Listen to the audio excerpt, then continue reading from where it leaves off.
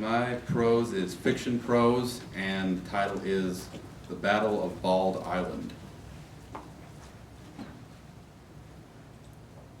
Nowak braced himself against the helm, turning the massive ship starboard, stopping alongside the rock. A big rock, a small island, jutting out of the sea like a large black boil. The smooth top, painted in the white of bird droppings, shone in the noon sun. A concave area in the face of it, 20 feet above the waterline, gave way to a small opening, which Nowak stopped next to. On the deck, Brogan and Wilbert trimmed the sails while Aline hefted the anchor over the side, where it sank before landing on a shelf of volcanic rock with a noticeable thud. Nowak met them on deck. Each of them stared into the opening.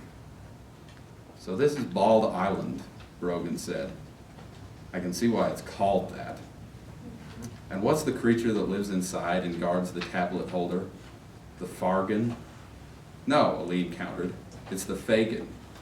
"I thought it was the Fat Ben," said Wilbur. "It's the Fatchin," said Nowak. "A Scottish ogre, possessing one eye, one arm, and one leg." "Really?" retorted Brogan. "Then how does it move?" "I don't know, but it's very dangerous," Nowak said. "Some say that just the sight of it causes heart attacks." For a time, even Brogan kept silent.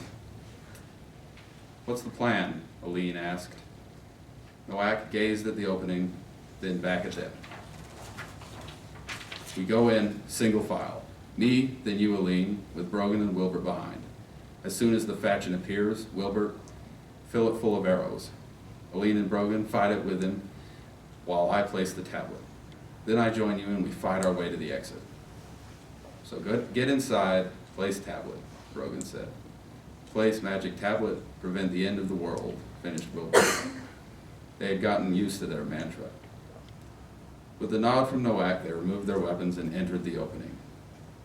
They walked through a tunnel, darkened by shadow, and came out the other end into a huge space, lit by a giant hole in the ceiling. The air hung heavy with rot. Seabird skeletons littered the floor. The sound of the waves outside created amazing acoustics. In the center stood the tablet holder. They moved toward it. When they got there, Nowak reached into his satchel for the tablet, as the others looked around in caution. As if from nowhere, the Fatchin jumped down right in front of them, landing on its one leg. It was 10 feet tall. It had green skin, and black feathers covered most of its body. Around its neck grew an orange frill. On the top of its head grew an adorable little tufted feather. In its one clawed hand, it held a length of chain.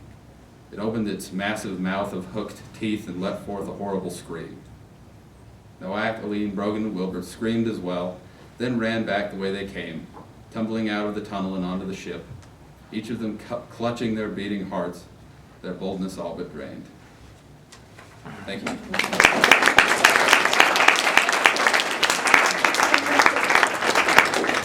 And sadly, I have to go now, but good luck to all the other bullpenners. And I have a picture of the Fatchin that I drew that I brought, and I'm just going to stick it by the door over there in case you want to see how it looks by the way I drew it. Yeah. Thank you again.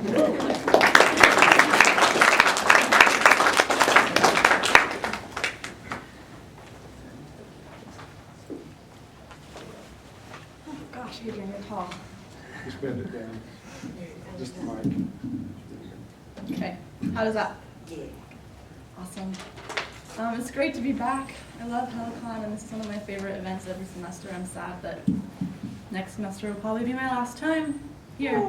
Tonight I have a flash nonfiction piece to read, and it's called To My Half-Brother. When you were born, I will hold your swaddled body and search for myself in your face. Your hair will be too dark and thick like black wool, but I will convince myself you have my eyes or nose or lips or chin. I will press my pinky into your tiny palm, feel your hand wrap around it, soft as rose petals, and I will whisper, brother. And when you are born, this will not sound wrong. It will not taste sharp and hard coming out of my mouth, because you will be so beautiful. And I will forget the stranger's womb you've come from, and I won't notice my father's eyes lighting up, his smile saying that this moment is new to him, and magical in ways it never was the first time, back when he was a 23-year-old college dropout whose skinny elbows jutted from under the baby girl he didn't know how to hold. It was an accident, this other baby, conceived after a first year of marriage they both thought would be their last. But they would drag on after their daughter's birth for another 11 years, until he walked out the front door one night, leaving the girl crying in the entryway, arms hugged across her chest. She would spend the next decade missing him. But none of this is your fault. So when you were born, I will not blame you. Instead, I will drink your milky scent and think of nothing but protecting you, because my biology demands it, because evolution has wired me to love you. And I will, when you were born. Thank you.